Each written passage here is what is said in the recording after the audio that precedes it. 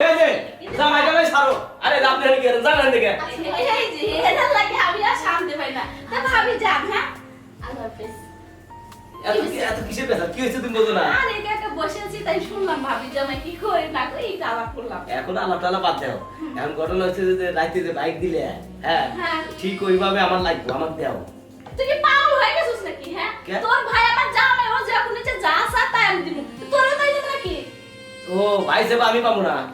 ভাবি তোর পায়ে ধরে কই ভাবি দেখ আমার খুব দরকার আজকে আর কিসে তোর কাজ কি তোর আমার ভাই দেয়- এসব কথা জানলে আমার কি বাত রাখবো নাকি তোরে কি করবো এটা কো ওইসব কথা বাদ দাও তো